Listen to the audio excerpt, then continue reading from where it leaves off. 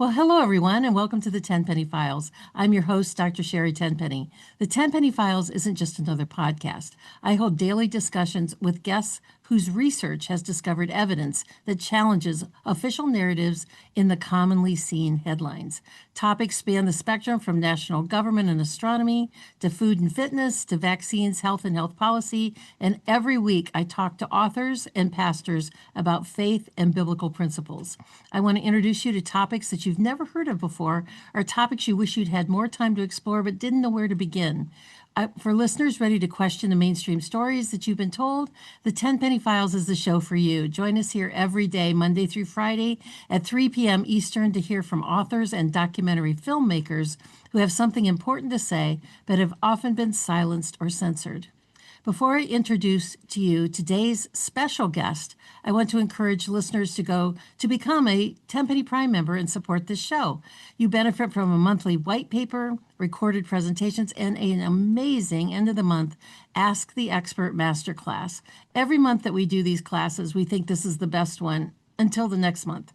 So go to Prime Membership drtenpenny.com, primemembership.drtenpenny.com to learn more and hopefully to support the Tenpenny Files. Today's conversation is with award-winning international journalist and author, educator, and nationally syndicated radio host who seeks to glorify God in everything that he does. Alex Newman. We're talking to him today about his book, Indoctrinating Our Children to Death: Government Schools, War on Faith, Freedom, and Family, the untold story behind government education and how to stop it. Alex, thank you so much for joining us here today, and welcome to the Tenpenny Files. No, thank you so much, Doctor. It's a great honor to be here with you. You know, we've had quite a few guests on the show talking about the devastating problems with our, quote, education system, which you rename aptly the indoctrination system, which is what it is. How in the world did it get this bad? Well, Dr. Tenpenny, I think this is one of the most important parts of history that we don't know, and also one of the least understood parts of history. It actually begins in the early 1800s with a guy called Robert Owens. He was at the time a very prominent individual. He was a wealthy industrialist. And he rejected basically everything about American society, Western civilization. He came from Wales originally, and he concluded that he needed to fight what he called the great trinity of evil, this being marriage, private property, and what he called the irrational systems of religion, in particular Christianity. So we know from a speech he gave that he was talking to some spirit friends of his that were giving him ideas, and he was very proud of this. And he basically decided after his communist commune in Indiana failed that the way forward was to have the government take over education from parents, families, and the church. And so he set out to do that. He set up a secret society. He wrote these absolutely crazy essays about how the government needed to use its powers to essentially educate children to this new utopian way of looking at things. That system took root in Prussia. It's a fascinating story how that happened. Robert Owen talks about it in his autobiography. Baron Jacobi, who represented the Prussian ambassador, got a hold of these essays, took them back to Prussia, and essentially created the first ever system of so-called education of the state, by the state, and for the state. So that's where it took root first. So that system was then brought into Massachusetts by a guy called Horace Mann. He's very well known. There's government schools across America named after Horace Mann. He was married to one of the leaders of the Transcendentalist Club, so she was talking to spirit friends. And he did acknowledge that the Prussian dictatorship was kind of ruthless, and but he said, hey, if a brutal dictatorship can use government education for dictatorial purposes, certainly we can use it here in Massachusetts for good purposes, right? And so that's the genesis of government involvement in education in America. 1852, they passed the first compulsory education law, where the government essentially forced parents to hand over their children for government education. The quackery, just massive levels of quackery. It was so bad that the schoolmasters in Boston actually wrote a stinging rebuke of Horace Mann. But Horace Mann also, very similar mindset to Robert Owen. He rejected Christianity. He rejected the Bible. He rejected some of the basic tenets of Christianity, even some of the basic worldview issues and moral precepts that God reveals in the Bible. And then we go to John Dewey, who kind of takes this architecture after man was finished in Massachusetts. He goes across America. He preaches the good news of salvation by government schools. And then John Dewey comes along, and he's even better known than Horace Mann. Again, schools all over America named after John Dewey. And so he didn't go to Prussia. He went to the Soviet Union to figure out how we ought to educate children. And people can read his essays. He was a huge fan of the Soviet system. He didn't believe in violent revolution per se. He thought if we could just brainwash the children, dumb them down, we could eventually get there in a more sustainable way. But he teamed up, and this sounds like a bad joke, Sherri. He teamed up with John D. Rockefeller. Rockefeller had a foundation called the General Education Board. They gave him millions of dollars. And so he basically takes this compulsory government school system that was really just in its infancy and supercharges it, weaponizes it even further, and decides basically, along with these huge industrialists, primarily the Rockefellers, that they're going to use this system to dumb down the population, indoctrinate the population, and eventually radically transform society. So that's kind of the history of how we got into this mess in a nutshell. Obviously, every generation it gets worse. I mean, now it's at the point where the United Nations is releasing international sex education guidelines. They're teaching our little boys that if they castrate themselves, they can be their true selves, and teaching little girls that their skin color makes them bad, but if they pick a letter of the alphabet, they can be victims too. So I mean, obviously, it's gotten worse and worse. But that's kind of the brief version of the history, in a nutshell, of how we went from the best educated people, the most literate people in the history of humanity, to now people where we're literally graduating millions of young people who, and I mean this literally, cannot read their own high school diploma. Wow, there's a lot to unpack there, Alec. There's a Yes. You do go into great details about this in your book, but I want to go back to a couple of things that you said, just to remind people that this thing with Robert Owen started in the 1820s. I think that that's really important because before that we had home-based homeschooling was the way that people learned, and they learned to read from the Bible. I mean, what was happening historically around the 1820s that allowed him to get a foothold into our country and our educational system? Well, you're absolutely right, Sherri, and that's one of the things that I explore in the afterword of the book is what did education look like before these revolutionaries got hold of it? And the reality is we didn't have an education system. Like you said, education was primarily home-based. This was mom, this was dad, this was grandma, grandpa, aunts, uncles, older siblings, maybe a neighbor, a pastor, a tutor. And then, to the extent that it was necessary, all the different Christian denominations were also running their own school systems, not like we have today, but just as kind of a supplement to what parents were doing. And that is what produced this incredible nation called America. This was true going all the way back to the arrival of the Pilgrims, right? They passed in 1647 the Old Deluder Satan Act. And all they said was, hey, Satan wants to keep you from knowledge of the scriptures. And so everybody in this Bible colony needs to learn how to read. Parents are responsible for teaching it. But if they don't, then towns should come together and appoint somebody to make sure everybody is literate so that Satan can't deceive them. But then you get in the 1800s, you get a lot of different subversive movements, a lot of different revolutionary activity. You had a lot of subversives coming over from Europe. You had socialists. This was, of course, before Karl Marx, but Robert Owen very much shared the views of Karl Marx. So you had industrialization going on, and you had a lot of people who were looking for ways to better organize society. You had people increasingly migrating into the cities. So it was a time of great change in America. I would encourage people to look at what education actually was like prior to this government takeover, because what was really happening, at least as far as education was concerned, was astoundingly good, right? If you look at the data that we have, for example, DuPont de Nemours did a study on education in America, the very early 1800s. And he concluded that not more than 4 in 1,000 young Americans were unable to write legibly, even neatly. Today, it's exactly the opposite, right? If you find 4 young Americans who can write legibly, you assume they're homeschooled for obvious reasons. You had Alexander de Tocqueville. Alexis de Tocqueville, who came over here from France, 1830s, and was astounded at the level of education. He wrote in his book, A Democracy in America, that almost everybody was taught the doctrines and evidences of his religion, the leading features of its constitution, the important elements of history. And he said in parts of New England, it's a phenomenon to find somebody who's not wholly acquainted with these things. And again, today it's just the opposite. So America at that time was very well educated, but there were a lot of subversive social movements. And really, I think we need to talk, and everybody always gets uncomfortable when you mention it, but we need to talk about conspiracy, right? I mentioned Robert Owen when he realized that he wasn't going to be able to convince parents and lawmakers to create a government school system and hand the children over to it. He started a secret society, one of countless secret societies that was floating around at that time. We know about this one because of a whistleblower. His name was Orestes Brownson. He was actually organizing in New York for the secret society, and he wrote a book about this. He said it was modeled on the Carbonari. He said the two methods they were using were shifting public opinion and getting legislators elected who would support government involvement in education. And he said the great object was to get rid of Christianity.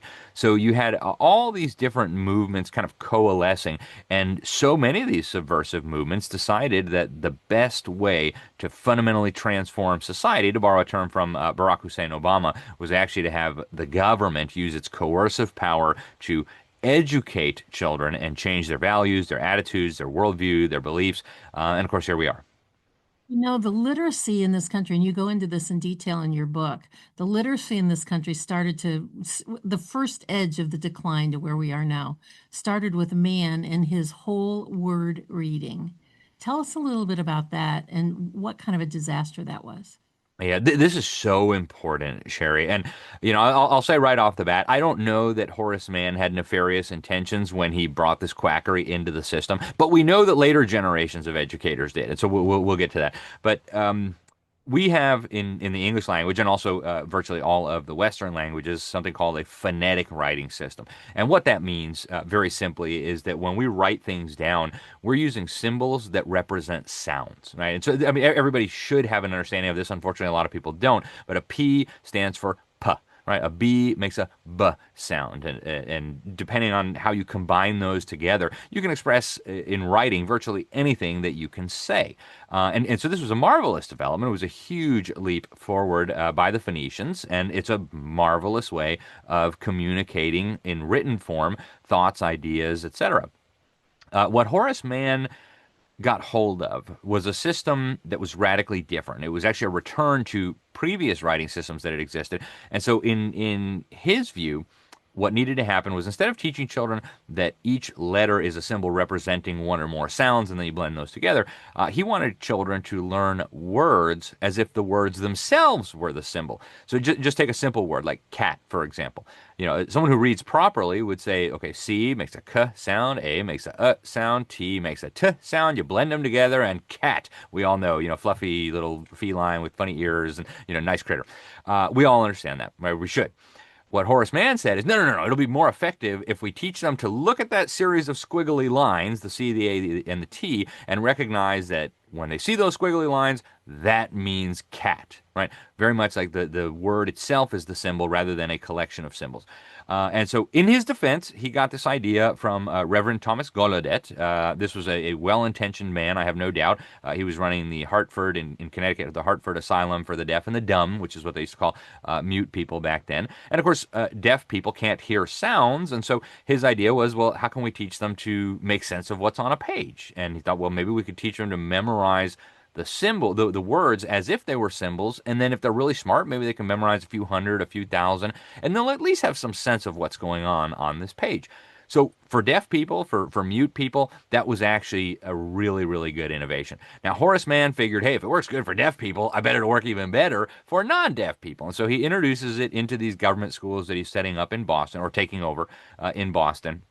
And literally, it took just less than 2 years for all the schoolmasters in Boston. They got together and they wrote this beautiful and very polite rebuke of Horace Mann. They say, this change proposed by Mr. Mann is neither called for nor sustained by sound reasoning.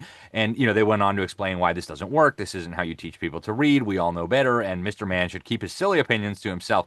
Just because he's Secretary of Education, the first we had ever had, doesn't mean he's qualified to tell us how we should be teaching reading. And so it was totally discredited. I mean, totally discredited. They stopped using it, and we really didn't hear about it again, Dr. Tenpenny, until about 50 years later when John Dewey, who I mentioned, comes on the scene. Now, John Dewey learns of this way of teaching reading, and he decides to try it out in the special school he had set up at the University of Chicago with Rockefeller money. This was an experimental school. Got a lot of Rockefeller money to set this up, and he actually ran students through this school, and they all graduated unable to write, unable to read, unable to think clearly, and unable to do math, and of course, unable to decide right from wrong. And so he thought this will be perfect, right? And what's so remarkable about this, Sherri, I have at least a dozen of John Dewey's books. If you can just read through the kind of fluffy language, you'll understand exactly what he's saying, right? In 1898, he wrote an essay called The Primary Education Fetish, and we mentioned this, of course, in the book. And he says that these changes need to come gradually. If we force them unduly, he said it's going to compromise its final success by favoring a violent reaction. This is the language of a conspirator. So John Dewey understood, hey, this method of teaching reading results in illiteracy, results in what many people today would diagnose as dyslexia. And he thought that is what we need to do. As far as I'm concerned, it goes right back to the 1647 law that we talked about, the old Deluder Satan Act. One of the chief projects of Satan, they said, was to keep men from knowledge of the scriptures. I think John Dewey figured if we can turn all these kids into illiterates, not only will they not be able to read their Bible, they won't be able to read anything. And so they'll be entirely dependent on us for information, for guidance, for worldview shaping. They will not be able to educate themselves.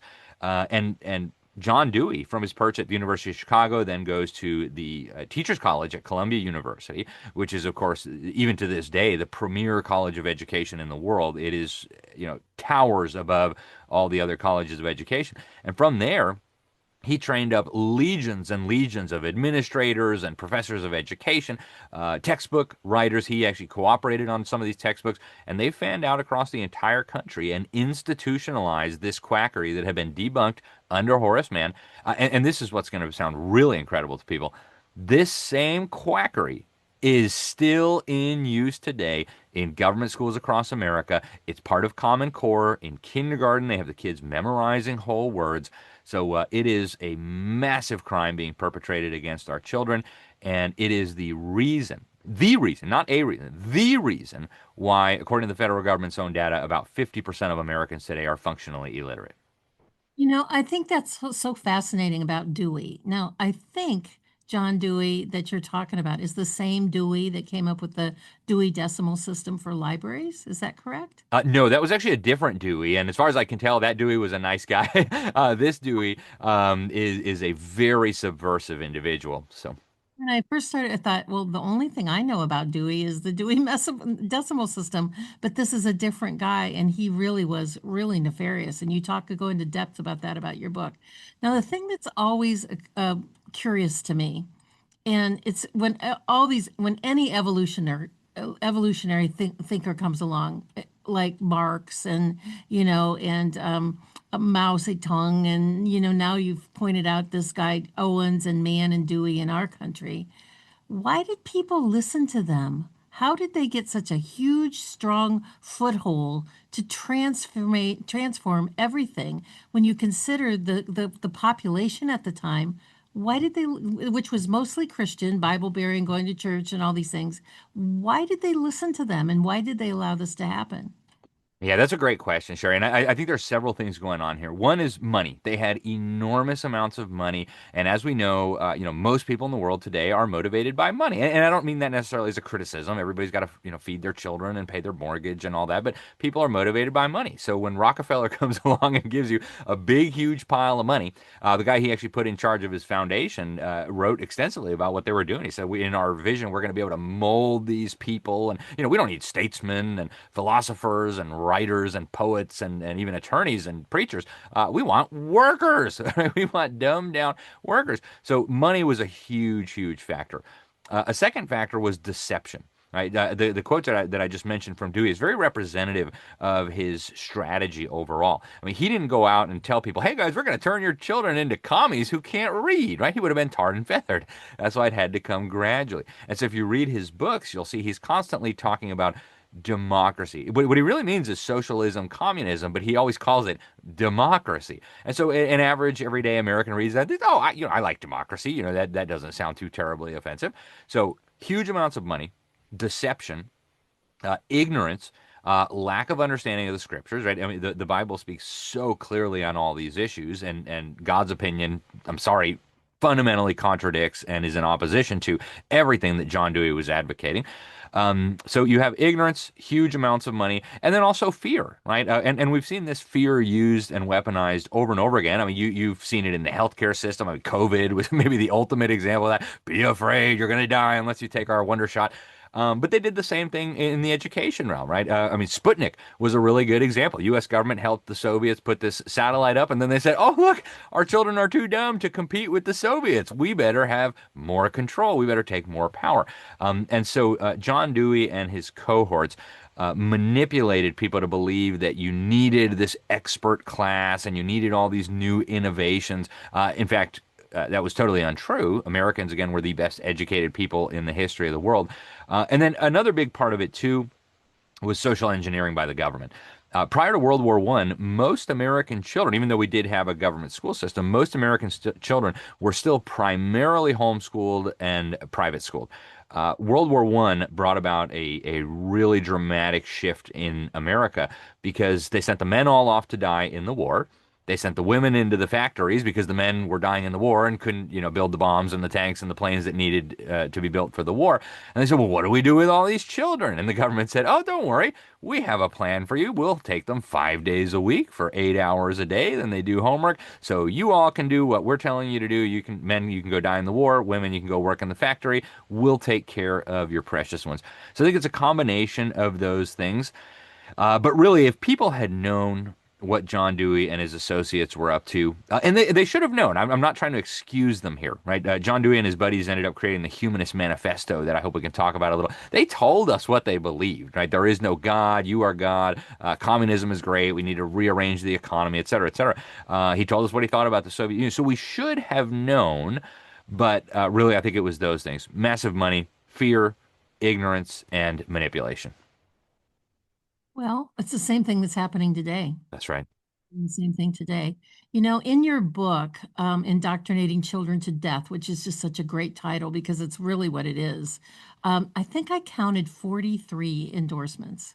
And they were all just glowing. It's like after you read the endorsements, you can't wait to start reading the book. They're just so unbelievable. And I want to summarize just one of them here that of the all of them that I picked out this one. Alex Newman's new book strikes at the core of the diabolical plan to dismantle our country through public education. The battle is to cause social change, to destroy the family, and replace our Judeo-Christian beliefs with humanism.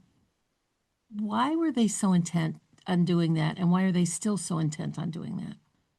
Well, sure, and I think you'll understand this better than the vast majority of people. I don't think you can understand this without putting your spiritual glasses on, right?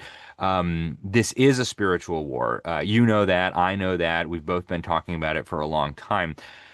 And when you look at the core of what's happening, yes, the children are getting massively dumber. Yes, they're being turned into illiterates, and those are all serious problems. But the worldview issue here that we're dealing with is, I think, the most critical of all.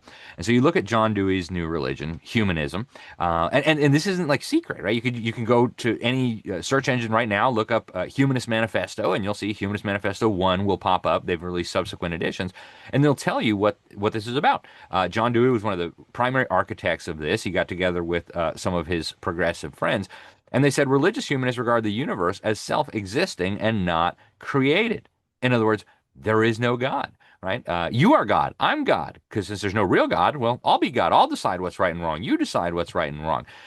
If you stop and think about this long enough, you realize this is actually the oldest lie in the history of the world. It's the first recorded lie we have in the Bible.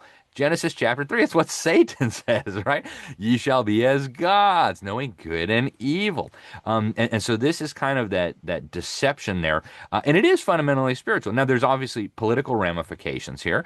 Our founding fathers in this country, in the Declaration of Independence, they said we hold these truths to be self-evident, that we are endowed by our Creator with certain unalienable rights, that among these, life, liberty, pursuit of happiness, etc. So this is actually the foundational understanding of what gave us freedom in this country, but it's primarily spiritual. It's diabolical. And whether all the people involved necessarily understood that fully, that's a question for theologians to debate. The Bible talks about those who've been taken captive by Satan to do his will. I think there's a lot of that going on here. But this is, at its core, a spiritual battle. And we're not the first ones to recognize this, Dr. Tenpenny. If you go to the Supreme Court, for example, in 62 and 63, they banned Bible, they banned prayer in the schools. And the justice who wrote the dissent in the case, Justice Potter Stewart, he said that what was happening here was not the realization of state neutrality with respect to religion. Rather, he said, what we've done here is we're establishing the religion of secularism. And that was always the goal, right? Change the way people think, change their fundamental presuppositions, change their worldview away from a biblical worldview toward what essentially is a satanic, a diabolical worldview, and all the rest of it follows, right? The political changes, the economic changes, the dismantling of the family, and from there, you build your so-called utopia. Wow. That's just so much to digest. But it really sums it up, and you're really good at doing that, Alex. So Well, thank you.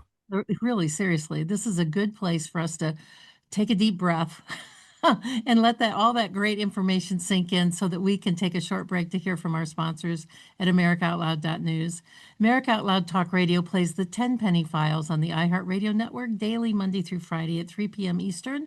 You can also listen by going to AmericaOutloud.news and listen through their media player. If you've missed any of our great conversations, you can find the Tenpenny Files on Spotify, Pandora, Apple, TuneIn, iHeart Virtual Studios, and on any of my platforms, which is drtenpenny.com, drtenpenny.substack.com, and we play them on Rumble, on Instagram, and on X at BusyDRT. Because there's so many great books and so many great documentaries, and all of us have so little time to read and to watch, this show is meant to maximize your time and jumpstart your interests. We have a great message to hear from our sponsors. Sit tight. We'll be right back to hear more with Alex Newman about his book, Indoctrinating Our Children to Death, Government Schools, War on Faith, Family, and Freedom, the Untold History Behind Government Education and How to Stop It. When we come back, we'll talk a little bit more about how to stop it. Zeolite is a detox spray. We work specifically with a company called Touchstone Essentials. They are an incredible company. We've been working with them now for several years. And zeolite is a mineral that goes through your body like a one-way basket. It will clean out heavy metals such as arsenic and mercury, aluminum, cadmium, and it hooks onto those metals from a one-way perspective. So once it's bound, it goes out through your urine or your stools and doesn't get redeposited in other places. Everybody needs to have a detox product in their life, and this one is so easy to use and it's so safe. You can take it when you're pregnant, you can take it when you're nursing, you can give it to little children, you can even give it to infants, and quite frankly, I give it to my dog. I actually put a little bit of the zeolite in his water because until we all stop living in a toxic world, we all need to get some of those extra toxicities out. The heavy metals, the persistent organic pollutants, the things that are floating through the air, the different things that we come in touch with in our environment. And we are a big fan of zeolite from Touchstone Essentials. We've been a big fan of their products for several years. Go to drtenpenny.com/detox to get your first bottle of zeolite spray for $50 off. Well, only when the government bows to the people will America become great again. This is Malcolm Out Loud here. Join me in pushing back against censorship, my fellow Americans. Right at the top of AmericaOutloud.news are the words: many voices, one freedom, united in the First Amendment. Now is our time, my fellow Americans. AmericaOutloud.news, liberty and justice for all. Well, welcome back, everyone. Today, our conversation is with Alex Newman about his book, Indoctrinating Children to Death, Government Schools, War on Faith, Family, and Freedom. Let me tell you a little bit about today's guest, Alex Newman. But first, I want to say that if I were to read his entire bio of all the things that he's done and accomplished and written and awards he's gotten and all the places he's lived all over the world and all the things he's done in his life so far, it would take the whole rest of this show. So I'm just going to give you a little short version of what Alex Newman is all about. He is the president of Liberty Sentinel Media. He is an award-winning international journalist, educator, author, speaker, investor, nationally syndicated radio show host, and consultant who seeks the glory of God in everything he does. He has authored several books. He has lived and studied and worked in 8 countries on 4 continents. He speaks multiple languages fluently and more to various degrees of proficiency. In 2019, Alex and a coalition of amazing high-profile Christian leaders formed Public School Exit, the nation's premier ministry working to rescue children from the horrors of government education. And with many radio, TV, podcasts, and written platforms that he's involved in, Alex reaches millions of people each year with a message of faith, family, and freedom. So, Alex, welcome back again. It is truly such an honor to be talking to somebody with such an impeccable pedigree as what you have. It's just amazing. Well, it's a great honor to be here. Thank you so much, Dr. Tenpenny. What do you think that is about the dismantling of the Department of Education within the Trump administration? Is it actually happening? Are they doing anything that is working? Well, people aren't going to like what I have to say here, but unfortunately, it's true. So I'll just say it. The Department of Education is not being dismantled. There are some good things that have happened. They've gotten rid of approximately half of the bureaucrats, which it's a good start. But there's a big caveat here, too, that people need to understand. And by the way, I'm not the only one saying this. Donald Trump himself has said this. Secretary of Education Linda McMahon has said this. A lot of these responsibilities are being transferred to other departments. They're going to HHS. They're going to the Department of Interior. They're going to the Department of State. They're going to the Department of Justice. They're going to the Department of Labor. And so the federal government is still doing the same things. They've just kind of reshuffled who's in charge of what. Now, I think shutting down the Department of Education is a worthwhile goal. It should happen. The Department of Education is unconstitutional. It has been a cancer on American education, but American education was already a disaster before the Department of Education was even born. So we need to shut it down. It should be shut down. Unfortunately, I don't believe Trump has the authority to do it on his own. I mean, he could just say, well, it's unconstitutional. We're not doing it, period. Everybody go home. But the courts will restrain him. And the reality is, as much as we may not like it, Congress has passed a whole bunch of statutes that require these things to be done. And so unless President Trump wants to just basically ignore Congress and ignore the laws that have been passed and signed into law, he cannot just stop doing all this stuff. So I hope we'll move in a good direction. I understand there's just been a new bill introduced now that would actually take some major steps to remove the federal government out of education. But I do want to just leave people with a warning on this issue.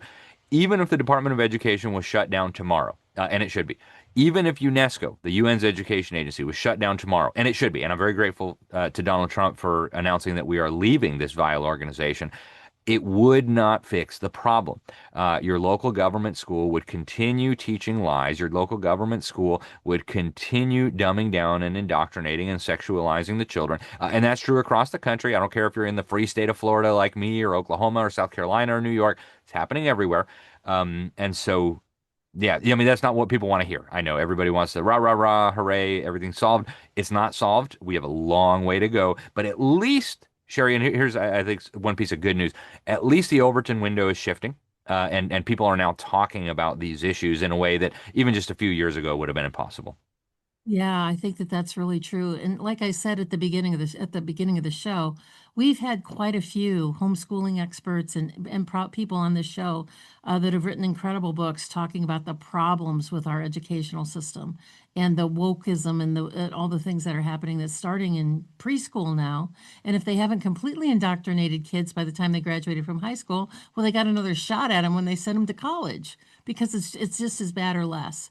You say in your book, Indoctrinating Our Children to Death, polls now consistently show that over half of young Americans identify as socialists, and many more want socialism as that they describe that as freedom. How do we turn that around?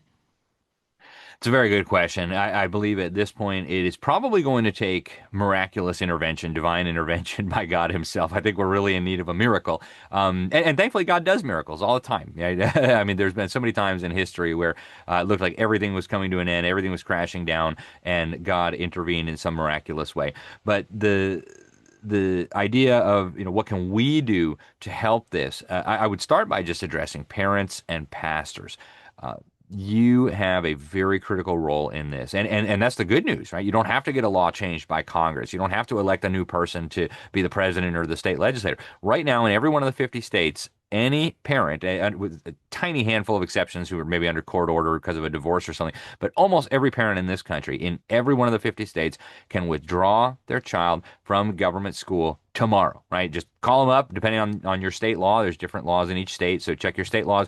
In some states, you won't even have to call them up, but call them up and say, my child's not returning. We're done with this. And then from there, whole world of possibilities. And that, I think, is one of the really bright spots here, is that millions of families just in the last few years have decided to leave this system. Millions more are going to decide to leave this system in the years ahead. And a lot of them are doing it right. They're homeschooling using wonderful programs. They are finding Christian schools that are solid. Not all Christian schools are solid. Some are just replicas of the government schools. But there's some really good ones out there. And so that is something that's very encouraging. But I really believe, Sherri, the only way to turn this around, and I'm not just talking about the education, I'm talking about everything that stems from that, right? The bad politics, the bad economics, the bad culture. Andrew Breitbart used to say politics is downstream from culture, and that's true. What I would say is culture is downstream from education. So if we want to fix all these other problems, you want to stop the riots in the street, you want to get the border under control, you want to stop the poisoning of our people through vaccines and disgusting things in the food, all of it is going to have to run right through this education issue. And the really good news, again, is that we don't even need to change the law. Parents can do this right now. Pastors can get involved in this right now. Opinion molders can get involved in this right now. And if we can rescue enough children from the system, if we can have renegade government school teachers teach the children the truth, even though they're not allowed to do it, and some do, and I'm very grateful to them, we can really turn this around. It's going to be a giant task, but we don't have a choice. We have to. Right? There's no other option other than slavery, and that's unacceptable.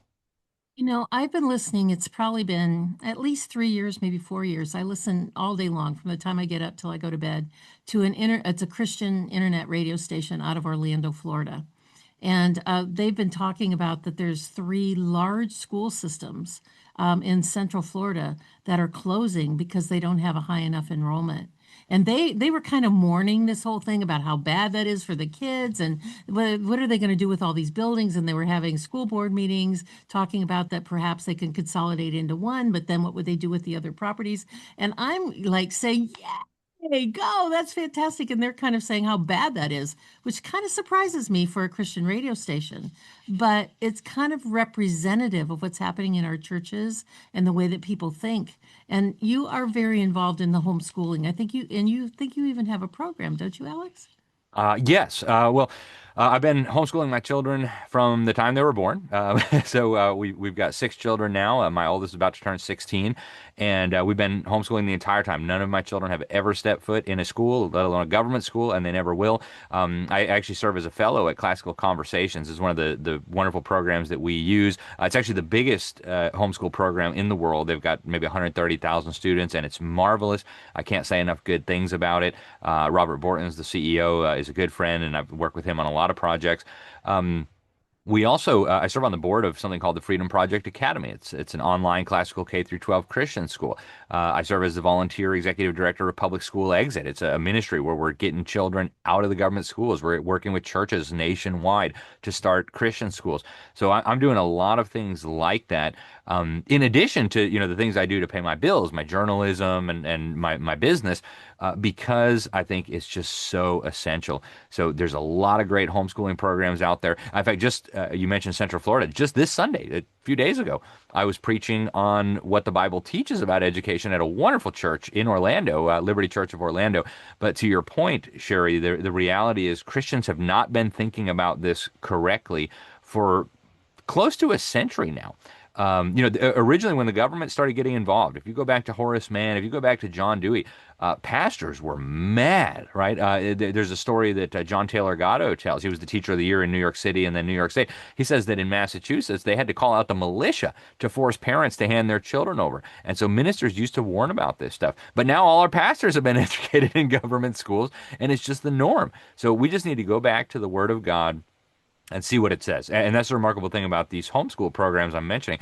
They all start from what God says is the foundation of education. You go to Proverbs 9:10, you go to Proverbs 1:7, it says the fear of the Lord is the beginning of wisdom. The fear of the Lord is the beginning of knowledge. You and I both know, Sherri, that the government schools are instilling zero fear of the Lord in our children, which means, by extension, there is no knowledge and no wisdom. It's all fraudulent, phony, counterfeit. And so these programs that I'm talking about, whether it's Classical Conversations, Freedom Project, I mean, they're all great programs.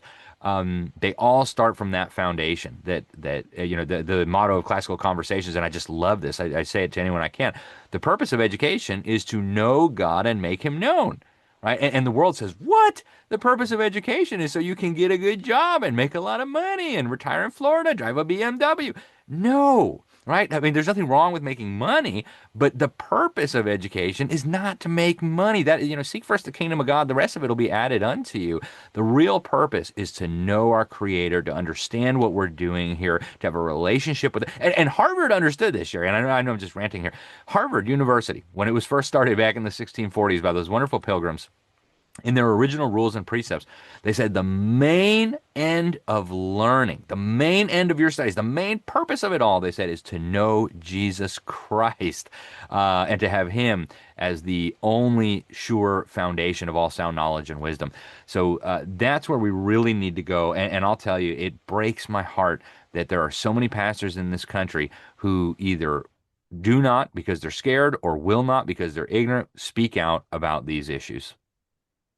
Wow, that's really a lot. I had on my show Corey Miller, who wrote the book The Progressive Miseducation of America, and he really focuses on college students and says that, about how bad it is and how the churches really are all to blame about this. What we've been talking about here with your book and what we generally talk about with the other guests that are on here is America-centric. Are the same problems of the socialization and the indoctrination going on in Europe and in other places of the world? Because you've lived in multiple places, so I'm assuming you still have contacts there, at least to some bit, or a finger on the pulse. What's going on in the rest of the world? Yeah, absolutely. It's still happening all over the world, Sherri. And in fact, my entire education occurred outside the United States. I moved to Mexico when I was 4 and Brazil, and got kicked out of high school in Switzerland and never went back. So that's kind of my education in a nutshell. But unfortunately, the entire world is now largely using this same system.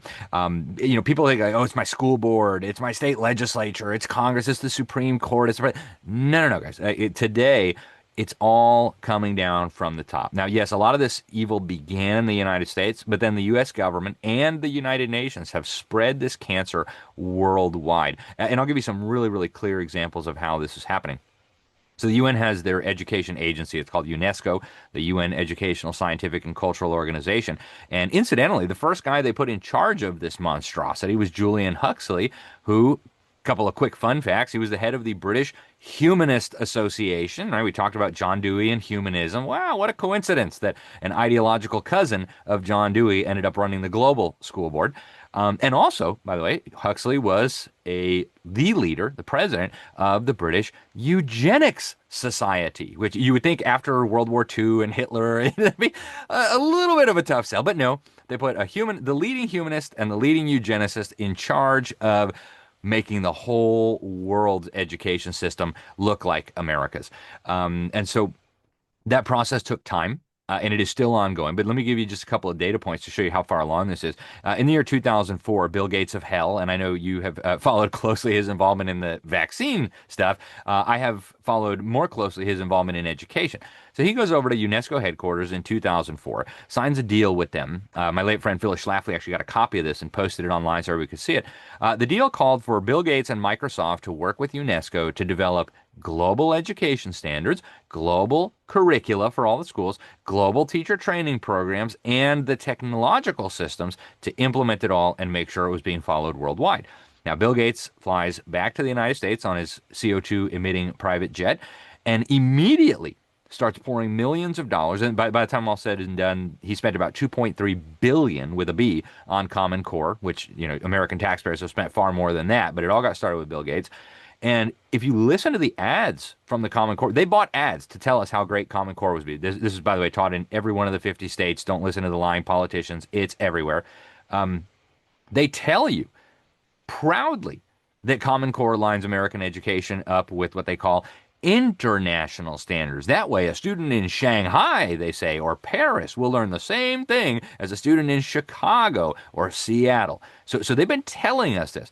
Now, the UN also has what they call the World Core Curriculum. This was developed by Robert Mueller. He was the Assistant Secretary General of the UN. They call him the father of global education. And, I mean, the whole thing should be examined under a microscope. But just a couple of quick key things. In the foreword to the teacher's manual, he says that the idea, the underlying philosophy behind it all comes from the books of Alice Bailey and the Tibetan teacher Jewel Kuhl. And of course, you know who Alice Bailey is, but 99 out of 100 people will read that and say, oh, that's cute. Alice Bailey was the founder of the Lucifer Publishing Company, and this Tibetan teacher was this entity, this spiritual entity she claimed to be channeling, who was basically giving her insights into the coming global religious, economic, and political system. And so I have her books, Education in the New Age. It's bonkers. She says we're building a new human race using education. We're going to build a world federation, in other words, a world government. And Robert Mueller, the guy who developed this, said it needed to be taught to every child in every school in every country of the world. And so, there are some that are falling behind on this. A lot of the Arab governments are not interested in teaching LGBT stuff to the kids just yet. But ultimately, all of this is coming down from the top. And I mean, really the top, not like your school board or even the Department of Education. This is coming down from the international level. And so the whole world is now on this bandwagon, with a few holdouts like the homeschool community here in the United States. Well, Alex, we got about 4 or 5 minutes left in our show today. What particular things do you still want to pull out from your book that you want other people to know about? Well, I actually had 2 chapters in there about the sex education, and some of it is so graphic we can't even talk about it. It's so vile. But I want people to understand this isn't just about sexualizing your kids. There's really a revolutionary agenda behind this. And so folks, be really aware. The trans issue is far darker than you could imagine. It's not just about castrating your children. It's even worse than that. But I just want to encourage parents out there and even pastors, grandparents. You need to realize that your children, if they're in a public school, they're trapped in a burning building. And I know you hear them screaming. We all do. The government itself will tell you less than 1 in 3 of them are even proficient in reading, writing, math, history, science. You hear the screaming. You smell the flesh burning. And yet you go, no, I can't hear you. I can't hear you. Or you say, oh, I'm going to write a petition, or I'm going to go lobby my school board.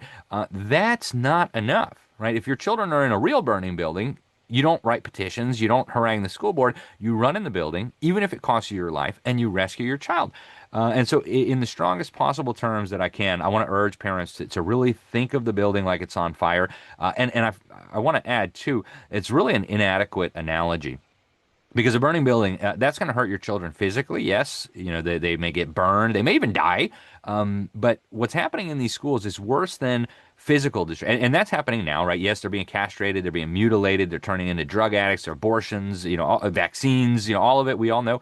But it's worse than that. They're being destroyed mentally and spiritually and emotionally and academically and morally. So I think we have an obligation to take this seriously. It's the issue that transcends all of the others. And I just want to thank you, Dr. Tenpenny, for having me on to discuss this, and for all the incredible work that you do to try to protect the health of our children and the minds of our children from what is ultimately the same cabal of megalomaniacs who do not have their best interests at heart.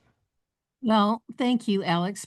And where is the best place to buy your book, to get the Indoctrinating Our Children to Death, Government Schools, War on Faith, Family, and Freedom, and some of your other books too? Where is the best place to buy that? Well, thank you, Sherri. So they're available all over the place. I mean, Amazon is honestly the easiest and cheapest way. You got overnight shipping and all that. If people want to buy it from me directly, they can go to my website, libertysentinel.org. They, get the newsletter and all that. The New American also sells it, where I serve as senior editor. So and pretty much any good bookstore where good books are sold will have it. But yeah, Amazon is probably the easiest place for those who don't mind using it. And where can they listen to your podcast and your broadcast? Where's the best place for them to click in to listen to more of Alex Newman? And are you all over the internet? Are you on social media? Where can people follow you there?